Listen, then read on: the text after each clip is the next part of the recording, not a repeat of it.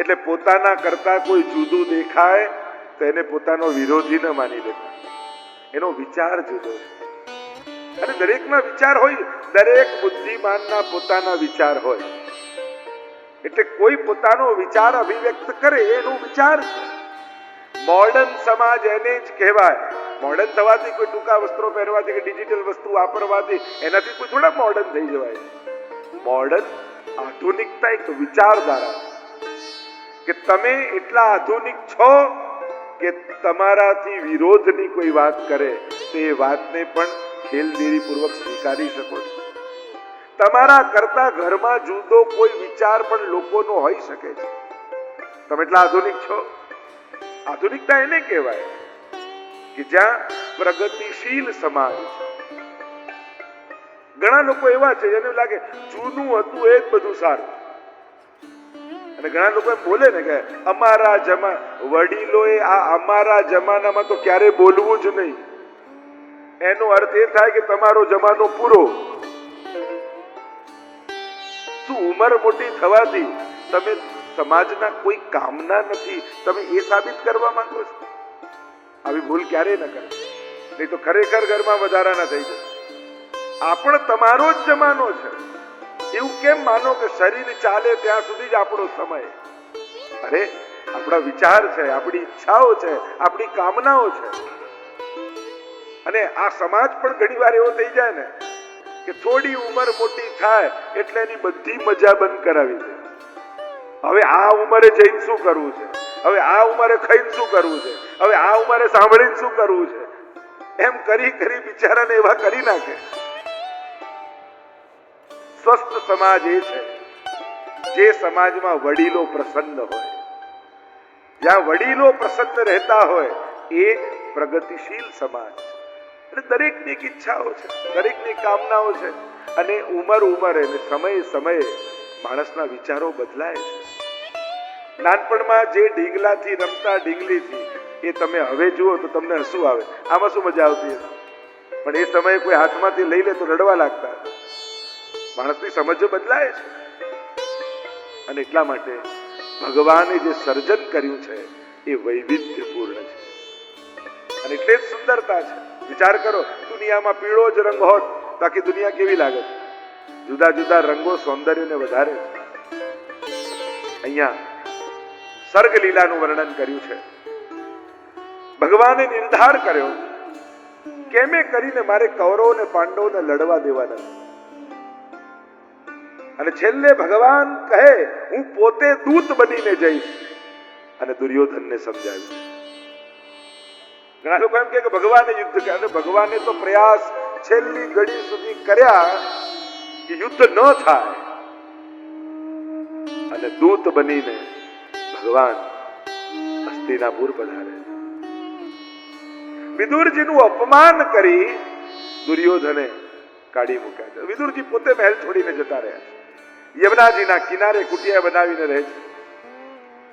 કહેવાય છે કે જે સમયે વિદુરજીએ ઘર છોડ્યું એ સમયે કૌરવોનું સઘળું પુણ્ય લઈને વિદુરજી જતા રહે. ઘણી વાર આપણા ઘરમાં કોઈ એક વ્યક્તિ એવું હોય કે જેના પુણ્યથી આખો પરિવાર સુખી હોય અને એ વ્યક્તિ જતો રહે ને તો જાણે એમ લાગે કે ઘરનું આખું પુણ્ય જતું રહ્યું.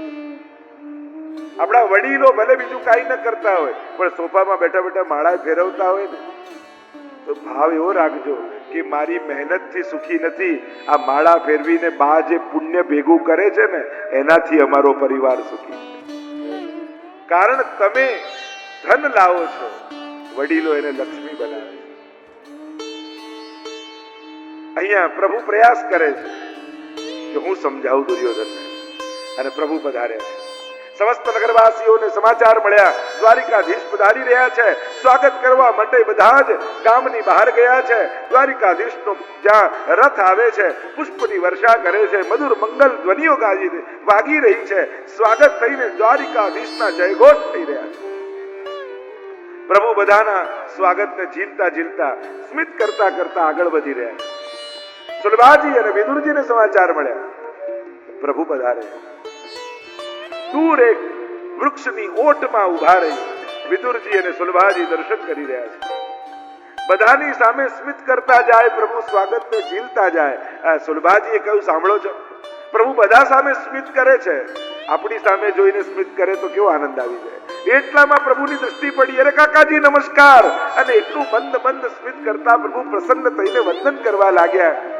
સુરભાજી તો પ્રસન્ન થઈ ગયા, બોલ્યા, ઠાકોરજી તો આપણા જ મનોરથ પૂરા કરવા પધાર્યા લાગે છે. મારા મનમાં તો બીજો મનોરથ આવ્યો, ઠાકોરજી આજે રાજભોગ આપણા ઘરે આરોગે તો કેવો આનંદ આવી જાય. અરે પાગલ હો ગઈ હો. विदुर जी कहने लगे कि अरे दुर्योधन ने 56 भोग सिद्ध करके रखे, अपने घर थोड़ी पधारते होंगे कोई, वो तो राजा को समझाने के लिए आए. मन में मनोरथ आया तो कह दिया. मनोरथ કરવામાં ક્યારે કચાશ નહીં રાખી. પહેલા જ કહ્યું ને, પોતાના સામર્થ્યને જોઈને મનોરથ નહીં કરો, ઠાકોરજીના સામર્થ્ય પર ભરોસો રાખીને મનોરથ કરો કે પ્રભુ જેનો મનોરથ કરી રહ્યો છું અને મારા મનોરથને એ જ પૂરો કરનારો છે. દુર્યોધનના મહેલમાં પધાર્યા છે પ્રભુ. દુર્યોધનને સમજાવે છે કે દુર્યોધન માની જા. 5 ગાંવ આપી છે, જેમાં કાંઈ ઉગતું ન હોય, પાકતું ના હોય, સાવ બંજર જમીન હોય, એવા 5 ગાંવ આપી દે. પાંડવોને સમજાવવાની જવાબદારી મારી. યુદ્ધ ટળી જશે, લાખો લોકોના પ્રાણ બચી જશે. અને દુર્યોધન કહે છે, સોયની નોક ઉપર જેટલી જગ્યા હોય એટલી જગ્યા પણ યુદ્ધ વગર નહીં આપો. તો પ્રભુ કહે તો પછી થઈ જવા દે યુદ્ધ. માણસની બુદ્ધિ બગડે ને ત્યારે ભગવાન અને ગુરુની વાત પણ સ્વીકારતો નથી. સ્વયં પ્રભુની આજ્ઞાનું ઉલ્લંઘન કર્યું, ભગવદ આજ્ઞાનો સ્વીકાર ન કર્યો. જો ઘણીવાર ભગવાન સીધું કહેતા નથી. ઘણીવાર પ્રભુને કંઈ કહેવું હોય ને તો કોઈની જીભ ઉપર બેસીને આપણને કહેતા હોય, પણ એ આપણી સમજદારી જોઈએ કે આપણે જાણી જઈએ કે હમણાં આ વ્યક્તિ નથી બોલ્યો, ઠાકોરજી આના દ્વારા મને કંઈ સંકેત કરી રહ્યા છે, પ્રભુ કંઈ કહેવા માંગે છે. એ સમજદારી આપણી હોવી જોઈએ. ભગવાન શબ્દોથી ઘણીવાર નથી કહેતા, ભગવાન સંજોગોથી કહેતા હોય. ઘણીવાર સંજોગો એવા થાય કે આપણને એમ લાગે કે ભગવાનની ઈચ્છા કંઈક જુદી લાગે, ભગવાન કોઈ જુદો સંકેત કરી રહ્યા છે. દુર્યોધન બાંધવાની કોશિશ કરે છે પ્રભુને, પ્રભુને કોણ બાંધી શકે? જવા લાગ્યા પ્રભુ. દુર્યોધન કહેવા લાગ્યો, પણ ભોજન કરીને તો પધારો. ભગવાન કહે, 2 અવસ્થામાં ભોજન થાય, કાં તું મારો પ્રિય હોય અને કાં મારે ભોજનની કમી હોય. તું મારો પ્રિય નથી. આપણે કહે મન મિલે ઇષ્ટ મિલે, મિલે ભજન રસ રીત, તાહી કે સંગ કીજીએ ખાન પાન ઓર પ્રીત. દરેક ધર્મમાં, દરેક સંપ્રદાયોમાં અન્ન માટે બહુ વિશેષ ભાર અપાયો છે. દરેક જગ્યાએ. કારણ એનું મૂળ કારણ અન્નથી મન બને છે એમ શાસ્ત્ર કહે. એટલે મન ભગવાનનું રહે એટલે અન્ન પણ ભગવાનને ધરેલું હોવું જોઈએ. અને આપણે ત્યાં તો કેવી સુંદર પરંપરાઓ પુષ્ટિ માર્ગની, મરજાદ લેવાની, મર્યાદામાં રહેવાની, સખડી ભોગ ધરીને લેવાની, અને આટલી ઉત્તમમાં ઉત્તમ પરંપરાઓને આપણે કેટલા લૌકિક ભાવથી જોતા હોઈએ છીએ. ખબર નહીં લોકોને બીજાના નિયમો તોડાવવામાં શું મજા આવે છે. કોઈ વૈષ્ણવે નિયમ લીધો હોય કે ના હવે ઠાકોરજીને ધરેલું જ લેવું છે, લોકો તો ઈગો પર લઈ લે, અમારે ત્યાં તો જમવું જ પડે ને, અમારે ત્યાં શેના ના ખાઓ, અમે કોઈ નાના છીએ ખરાબ છીએ. તો આમાં કોઈ નાના કે ખરાબ બતાવવાની વાત જ નથી. કોઈ વ્યક્તિ ધર્મશીલ થઈ ધર્મના માર્ગે આગળ જઈ અને પ્રભુ પરક જીવન જીવવા માંગે છે તેનું રિસ્પેક્ટ કરજો, એની નિંદા ન કરજો. બીજાનો ધર્મનો નિયમ તોડાવીને તમને શું ખુશી મળશે? તમારી લૌકિક ખુશી માટે કોઈના અલૌકિક નિયમો તોડાવશો તો અપરાધ લાગશે. ઉલટાનું તમારે એમ કહેવું જોઈએ કે તમે કહો તો હવેલીમાંથી લાવી આપો, તમે કહો તો ફળ ફૂલ લાવી આપું, પણ અમારી ખુશી માટે તમે તમારો અલૌકિક નિયમ તોડતા નહીં. જે વસ્તુ આપણે પાળી શકતા નથી એ કોઈ પાળતું હોય તો એનું છોડાવવું નહીં. થોડીક મેચ્યોરિટી તો જોઈએ ને આપણા સમાજમાં. એટલી મેચ્યોરિટી પણ નહીં. દરેક વસ્તુને ઈગો પર લઈ વ્યવહારિતા પર લઈ અને આવી અલૌકિક ઉત્તમ નિયમને આપણે કેટલું લૌકિક અને તુચ્છ બનાવી દઈએ. અરે ખવડાવવાનો બહુ શોખ હોય ને તો અડધી દુનિયા ભૂખે મરે, તેને ખવડાવો, એને નથી ખવડાવવું. પણ જેણે નિયમ લીધો પ્રભુને ધરીને લઈ, આપણને તો વાંધો ત્યાં જ આવે. અમે કઈ નાના છીએ, અમે કઈ જો આનાથી મોટા થઈ જવાતું હોય તો તમે નિયમ લઈ લો. અઠવાડિયું લઈને જુઓ તો ખબર પડશે. અરે બીજા ધર્મોમાં જુઓ, લોકો વ્રત કરે ને તો એના વરઘોડાઓ કાઢે કે આણે આટલા ઉપવાસ કર્યા, અને આપણે તો પ્રભુને ધરીને લઈએ ને તો નિંદા કરવા લાગી. અને ઉલટાનું પેલા જેને મરજાદ લીધી હોય, જેને પ્રભુને ધરીને લેવું હોય, એને સંકોચ લાગવા માંડે કે અરે જો હું નિયમ પાડીશ તો આ લોકોને ખોટું લાગી જશે, એને નિયમ છોડવો પડે. એટલે થોડીક મેચ્યોરિટી આપણા વૈષ્ણવ સમાજમાં જરૂરી છે. કારણ કે સમાજના આદર્શ લોકોને, આઈડિયલ લોકોને ખતમ કરી નાખશો અને તમારા બાળકો પૂછશે કે માં, દાદી, વૈષ્ણવ કેવા હોય, તો કોની આગળ આંગળી ચીધીને કહેશો કે બેટા વૈષ્ણવ આવા હોય. આદર્શ વૈષ્ણવ જ ખતમ કરી નાખશો કે જે મહાપ્રભુજીના સિદ્ધાંત પ્રમાણે જીવન જીવતા હોય એવા જ વ્યક્તિઓને સમાપ્ત કરી દેશો, એવા આઈડિયલો ખતમ કરી નાખશો તો સમાજને પ્રેરણા કોની મળશે? અને જે સમાજની પ્રેરણાઓ નબળી હોય છે એ સમાજ ખાડામાં જતો હોય. અને એવું જ કંઈક થયું.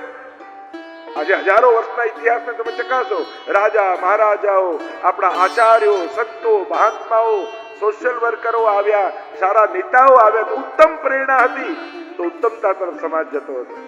અને હવે થોડા સમયમાં જયારે પ્રેરણાઓ જ હીન બની જાય, જેના જીવનમાં કોઈ મૂલ્યો જ ન હોય, એવા વ્યક્તિઓ સમાજના આઈડિયલ બની જાય, ત્યારે સમાજ કઈ દિશા તરફ જશે? એટલે સમાજને ઉત્તમ બનાવવા માટે એની આગળ આદર્શ વ્યક્તિઓને સામે રાખવા જોઈએ, તો જ સમાજને પ્રેરણા મળે. કહેવાનો મારો અર્થ, જે ધર્મ પાળે છે એને કરવા દો, એને તોડાવો ને, એને ન શર્મમાં નાખો ન ભયમાં નાખો. ઉલટાનું એમ કહો કે ના તમે કરજો. અને હું તો ત્યાં સુધી કહું,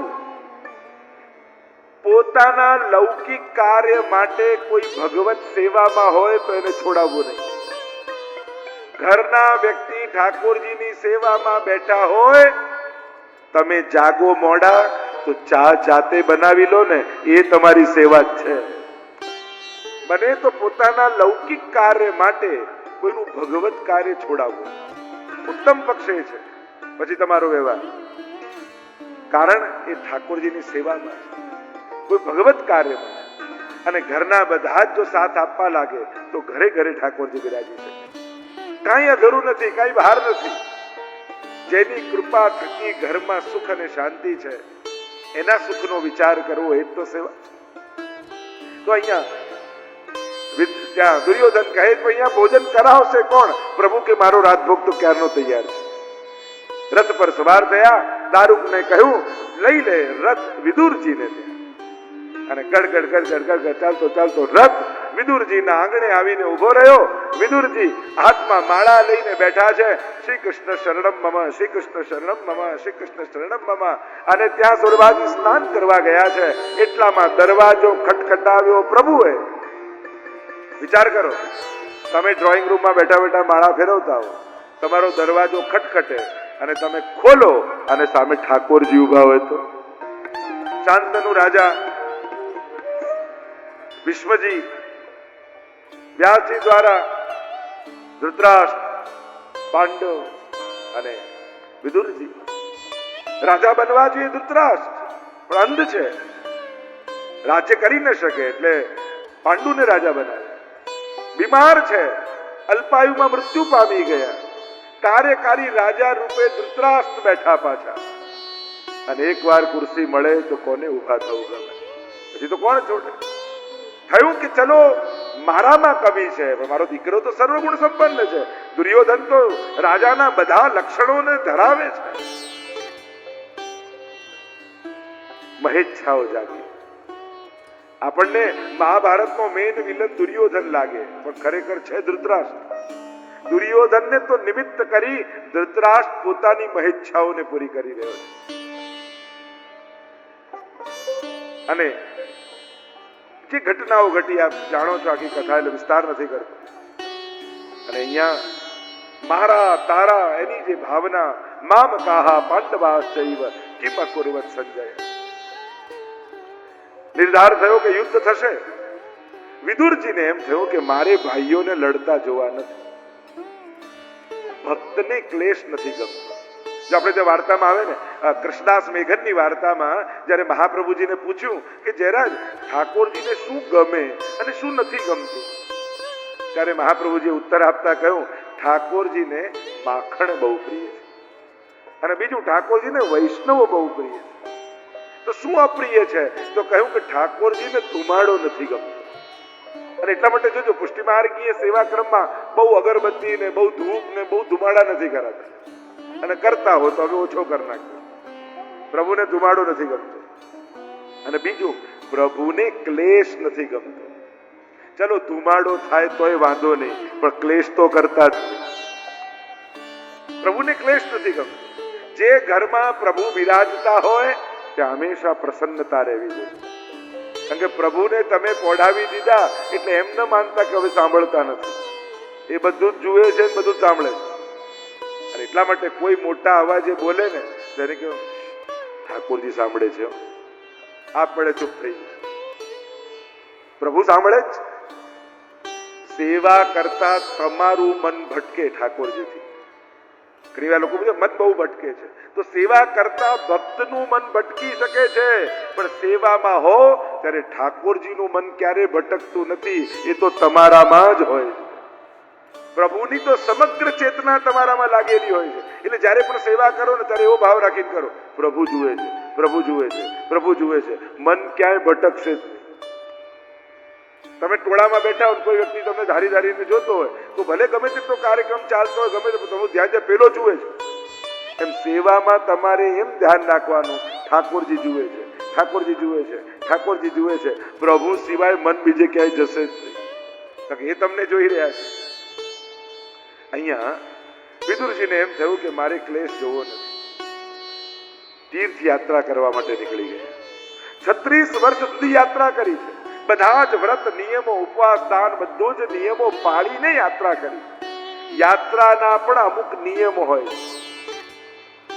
અને નિયમ વગર કરેલી યાત્રાના ફળ પણ નથી હોતા.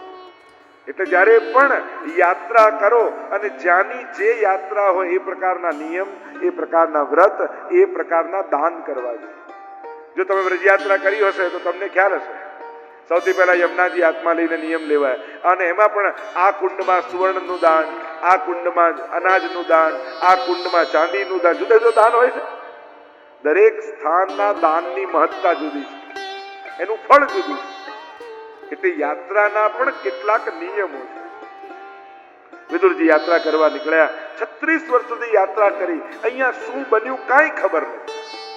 મહાભારતનું યુદ્ધ થઈ ગયું, કૌરવો સમાપ્ત થઈ ગયા, યાદવા સ્થળી થઈ ગઈ, સ્વયં ભગવાન પણ સુધામ પધારી ગયા છે, પણ વિદુરજીને કોઈ સમાચાર નથી. ઉદ્ધવજી સાથે મેળાપ થયો, અને ઉદ્ધવજીએ આ સમગ્ર વૃત્તાંત વિદુરજીને કહ્યું. અને જ્યારે એ કહ્યું કે પ્રભુ પણ સુધામ પધાર્યું, વિદુરજીનું હૈયું ભરાઈ આવ્યું. અરે કૃષ્ણ આપણને બધાને છોડીને જતા રહે, અને છેલ્લે હું એમના દર્શન ન કરી શકું. જો અહીંયા વિદુરજી અને ઉદ્ધવજી સાથે પ્રભુની બાલ લીલાઓનું ચિંતન થયું છે, એના વર્ણન આવ્યા છે. આપણે એમ કહીએ ને 11 વર્ષ 52 દિવસ ઠાકોરજી બ્રજમાં બિરાજ્યા. એમ કહેવાય કે 11 વર્ષ 52 દિવસ, 11 વર્ષ બ્રજમાં. તો ભાગવતમાં ક્યાં લખ્યું છે કે 11 વર્ષ? તો અહીંયા ઉદ્ધવજી ને વિદુરજીનો જ્યાં સંવાદ છે ત્યાં ઉલ્લેખ આવે છે કે એકાદશ સમાસ તત્ર ગૂઢાર્ચી સબલો વસત. 11 વર્ષ ઠાકોરજી બલદેવજી સાથે વ્રજમાં રહ્યા છે. અહીંયા વિદુરજી ને ઉદ્ધવજીના સંવાદમાં ઉલ્લેખ છે. દસમ સ્કંદમાં ક્યાંય ઉલ્લેખ નથી કે 11 વર્ષ પર હું બિરાજ. બાલ લીલાઓનું અવગાહન કર્યું. ઉદ્ધવજી કહેવા લાગ્યા કે વિદુરજી તમે બળભાગી છો. લોકો અંત સમયમાં ભગવાનને યાદ કરે, ભગવાન અંત સમયમાં તમને યાદ કરતા હતા. મને કહ્યું છે કે વિદુરજી મળે તો એમને કહેજો કે ત્યાં મૈત્રેય મુનિને જઈને મળે, એમના માટે સંદેશ રાખ્યો છે. વિદુરજી આવ્યા છે મૈત્રેય મુનિ પાસે. મૈત્રેયજી ઓળખી ગયા કે આ કોઈ સાધારણ વ્યક્તિ નથી, આ સાક્ષાત યમરાજનો અવતાર છે. માંડવ્ય મુનિના શ્રાપને કારણે દાસીપુત્ર રૂપે એમનો જન્મ થયો છે. સુંદર સંવાદ થયો છે.